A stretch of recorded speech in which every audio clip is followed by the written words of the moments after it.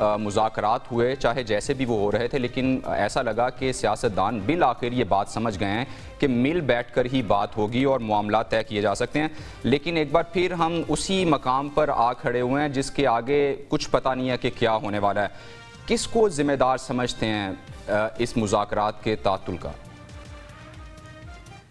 دیکھیں، مذاکرات کا تعطل تو میرا تو خیال ہے ظاہر دونوں پہ ذمہ داری ہوتی ہے. حکومت کو زیادہ عائد ہوتی ہے کیونکہ جو جوڈیشل کمیشن کے جو مطالبات تھے تحریک انصاف کے، وہ حکومت کی طرف سے کوئی ایسا امکان یا کوئی چانس نظر نہیں آ رہا تھا کہ ان پہ وہ بنائے. لیکن میرا خیال ہے 8 فروری کا احتجاج 26 نومبر کے احتجاج یا 24 نومبر کے احتجاج کی طرح نہیں ہے. یہ ایسا نہیں ہے کہ کسی کیپٹل پہ چڑھائی کر کے اس کو گھیرا کے یا دھرنا دینے کا پروگرام ہو. یہ 8 فروری کا الیکشن کو چونکہ پی ٹی آئی کو بہت سویر ظاہر تحفظات ہیں، اعتراضات ہیں، وہ ایک اس کے سال پورا ہونے پر اس کا ایک احتجاج جو ہے، یعنی لاہور میں یا سوابی کا یہ کہا گیا یا مختلف جگہوں پہ جہاں بھی احتجاج کر کے یا کسی جلسہ کر کے کرنا، وہ میرا خیال ہے ایک بالکل پولیٹیکل رائٹ ہے. ہر پارٹی کو حق ہے کہ وہ سیاسی جلسہ کرے. جلسہ کرنے سے ملک کا نظام غیر مستحکم نہیں ہوگا، کوئی اور مسئلے پیدا نہیں ہوتے. ایک دن کا جلسہ کرنے سے، ایک دن کا احتجاج کرنے سے کون سی قیامت آ جائے گی؟ مطلب اگر ملک میں جمہوریت ہے، ویسے تو نہیں ہے لیکن یہ تو دعویٰ کرتے ہیں نا چلو جمہوریت ہے، آئین ہے، قانون ہے، اس کی پاسداری ہے، تو پھر لاہور میں جلسہ کرنے دینا.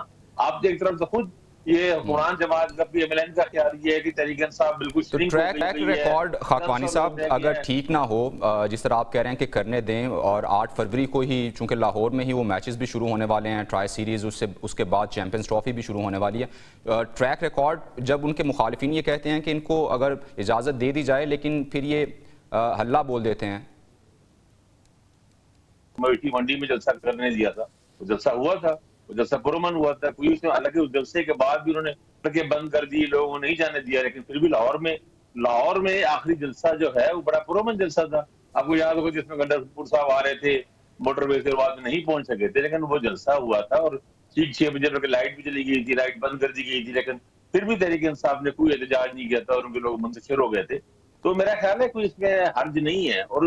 اور یہ جو میچز ہو رہے ہیں، ٹھیک ہے میچ ہو رہے ہیں، میچ اور جگہ پہ ہونا ہے، جلسہ یا احتجاج اور جگہ پہ. میرا خیال ہے تھوڑا سا اس میں کچھ حکومت کو بھی کشادگی کا اور پینک ہو جاتی ہے. دیکھیں یہ حکومت کا آپ یہ دیکھیں کہ وہ کمزور ہے یا اس کی بنیاد کمزور ہے، تو گھبرا جاتی ہے ہمیشہ.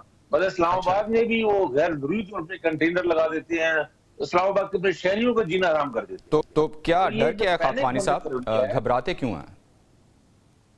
گھبراتے اس وجہ سے ہیں کہ چونکہ یہ پاپولر نہیں ہے، ریئل بیس نہیں ہے ان کا، الیکشن ان کو پتہ ہے کہ یہ ہارے ہوئے ہیں. تو میرا خیال ہے یہ وجہ عدم اعتماد ہے، انسیکیورٹی بہت ہے ان کا. ٹھیک ہے، پراچا صاحب آپ کی طرف میں آؤں گا. یہ کہیے گا کہ چونکہ اب آفیشلی حکومت نے بھی کہہ دیا کہ مذاکرات اب نہیں ہوں گے، تو آپ کیا سمجھتے ہیں کہ جو مطالبات سامنے رکھے گئے کہ تھے پی ٹی آئی کی جانب سے جوڈیشل کمیشن بنا کے معاملات کو آگے بڑھا سکتی تھی حکومت، یہ آپشن تھی حکومت کے پاس، تو آپ بھی خاکوانی صاحب کی طرح یہی کہیں گے کہ حکومت کا زیادہ قصور ہے اس تعطل میں؟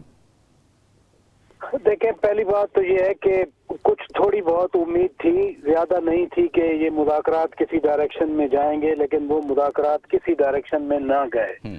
یہ وہ مذاکرات کیا تھے؟ اگر پیش کی شرائط رکھ دی جائیں کہ یہ 2 ہمارے مطالبات مانے گئے تو ہم پھر آگے بڑھیں گے، ورنہ نہیں بڑھیں گے. اور اوپر سے ڈیڈ لائن بھی آ گئی. ڈیڈ لائن جو دی تھی 31 جنوری کی، اس کا بھی انتظار نہیں کیا. تو میں سمجھتا ہوں کہ وہ مذاکرات تو بس ایسے ہی برائے نام ہی ایک تھا کہ کہیں نہ کہیں کوئی چیز آ جائے. ملٹیپل ایک اسٹریٹجی نظر آتی ہے. کبھی خط لکھا جاتا ہے، کہیں ملاقات اگر سیکیورٹی والے میٹنگ میں ہو جائے تو اس کو خوشائند قرار دے کے بریک تھرو کیا جاتا ہے. میں ذاتی طور پہ سمجھتا ہوں کہ کوئی مذاکرات کی نہ کوئی نیت تھی، نہ مذاکرات کسی حل کے لیے کرنا کیوں ہو رہے تھے پراجا صاحب؟ کیوں ہو رہے تھے یہ بہت بڑا سوال ہے. اور جو ابھی میں بات کر رہا تھا کہ کوئی تھوڑی بہت امید تھی. ایک پاکستان کی عوام، پاکستان کے لوگ توقع تو کرتے ہیں کہ یہ ٹکراؤ ختم ہو، یہ انتشار ختم ہو، یہ جو ہر وقت کا احتجاج ہے یہ ختم ہو اور ملک آگے بڑھے.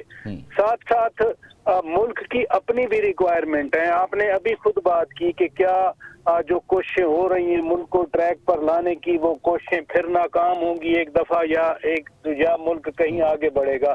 اصل مسئلہ تو ملک کو آگے بڑھانے کا ہے. اس کے لیے جو اختلافات ہیں وہ سڑکوں پہ تو حل نہیں ہوتے. اگر تو یہ ایک میں سمجھ گر جائے گی یا حکومتیں گر جائیں گی, اور خاص طور پر پاکستان میں جو ایک کمپلیکس ایکویشن ہے اس میں حکومتیں ایسا نہیں گرا کرتی.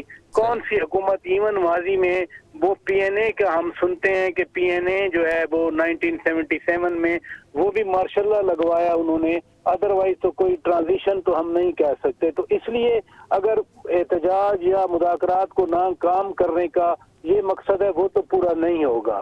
لیکن اس کے ساتھ ساتھ اتحاد اپوزیشن بنانے کی کوشش کر رہی ہے. تو ابھی تھوڑی دیر پہلے وزیر اعظم میاں شہباز شریف مولانا فضل الرحمان کے گھر پہنچ گئے. تو وہ اتحاد جو broad based P T I بنانا چاہ رہی ہے اس میں ابھی تو بہت سارے ifs اینڈ بٹس ہیں. میں کہنا یہ چاہ رہا ہوں کہ یہ جو ایک انسرٹن سی صورتحال ہے مجھے تو یہی برقرار رہتی نظر آتی ہے. اس پہ راجہ صاحب اس پہ بات کریں گے کہ چونکہ مولانا فضل الرحمان کا کردار بہت اہم ہوگا, جس طرح پی ٹی آئی بھی جا رہی ہے اور وزیر اعظم بھی وہاں پہنچ رہے ہیں, ان کا پلڑا کس طرف جائے گا, وہ کس کا انتخاب کریں گے, اس پر ہم تفصیلی بات کرتے ہیں. عارف چودھری صاحب آپ کے پاس میں آنا چاہوں گا. آپ یہ کہیے گا کہ اگر مذاکرات بھی ختم ہو چکے ہیں اور پی ٹی آئی پہلے بھی یہ ساری ایپیسوڈ کر چکی ہے, احتجاج کر چکی ہے, وہاں پر ایون لاشیں بھی گر چکی ہیں, اس طرح کے بہت سارے 3 دفعہ تو گنڈاپور صاحب کی قیادت میں اسلام آباد بھی پہنچے وہ, تو پھر سے وہی ایپیسوڈ کا کیا فائدہ ہوگا پی ٹی آئی کو؟ میں ان کے تناظر میں پوچھنا چاہ رہا ہوں. بہت شکریہ. پہلی بات تو یہ ہے کہ فائدہ اور نقصان جو ہے وہ پولیٹیکل پارٹی کا بنیادی طور پر اس کا تعلق اس بات کے ساتھ ہے کہ ان کے ساتھ جو ہوا ہے وہ ساری دنیا کو پتا ہے کہ پاکستان میں انتخابات جو تھے وہ ایک ڈونگ تھا. پاکستان میں تو یہ عارف صاحب پہلی دفعہ تو نہیں ہوا ایسا؟ اچھا نہیں, اگر پہلی دفعہ نہیں ہوا تو جب بھی ہوا ہے اس وقت احتجاج تو ہوا ہے. اور آپ کیا سمجھتے ہیں کہ اگر پھر ہمیں عادی ہو جانا چاہیے اس طرح, اور اگر یہ عادی ہم ہو گئے. لیکن عارف صاحب مسئلہ تب ہوتا ہے کہ جب آپ اسی سسٹم کے سٹیک ہولڈر بھی ہوں, جب اس سے پہلے الیکشن اسی طرح کروا کے آپ اسی طرح وزیر اعظم بنے ہوں, لیکن جب آپ کو ہٹایا جائے تو پھر آپ احتجاج کریں. تو پھر دیکھیں بنتا تو ہے کہ اس پہ بات کی جائے کہ کتنی یہ ویلڈ بات ہے.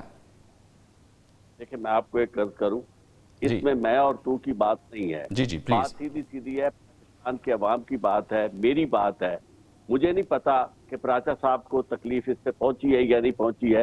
مجھے تو بہت زیادہ تکلیف پہنچی ہے کہ جب میں ووٹ ڈالنے گیا ہوں اور میں نے ووٹ کہیں اور ڈالا ہے اور اس کے بعد رزلٹ جو ہے اس کو یکسر تبدیل کر دیا گیا. اور مجھے یہ بھی بڑی تکلیف ہوئی کہ پاکستان میں ایک پولیٹیکل پارٹی کو آپ نے اس کے انتخابی نشان سے محروم کر دیا. اور مجھے اس پہ بھی بالکل یہ غلط ہوا, بالکل غلط ہوا. میں آپ کو کروں شہری کے طور پر مجھے دکھ ہوا کہ پاکستان کیا ہماری یہ قسمت ہے, چھوڑ دے پی ٹی آئی کو اور باقی پیپلز پارٹی مسلم لیگ کو, ہم بطور شہری کے اس لیے پیدا ہوئے تھے کہ ہم یہی دیکھیں کہ جناب ووٹ نہ تو آپ کا صحیح الیکشن ہو رہا ہے, نہ کوئی ایسی صورتحال پیدا کی جا رہی جس کا جمہوری نظام سے کوئی تعلق ہو. سارے کے سارے غیر جمہوری اقدام ہمارے سامنے ہو رہے ہیں. اب آپ بطور مجھے یہ بتائیں نا کہ میں وکیل ہوں اور میں یہ دیکھ رہا ہوں کہ اس وقت جس طرح کی جوڈیشری آ گئی ہے, اتنا وقت لگا تھا کچھ تھوڑی بہت جوڈیشری کو بنانے کے لیے, جوڈیشری کے ادارے کو کھڑا کرنے کے لیے اپنے پاؤں پہ, جو کہ بالکل مکمل طور پہ کھڑی نہیں ہوئی تھی.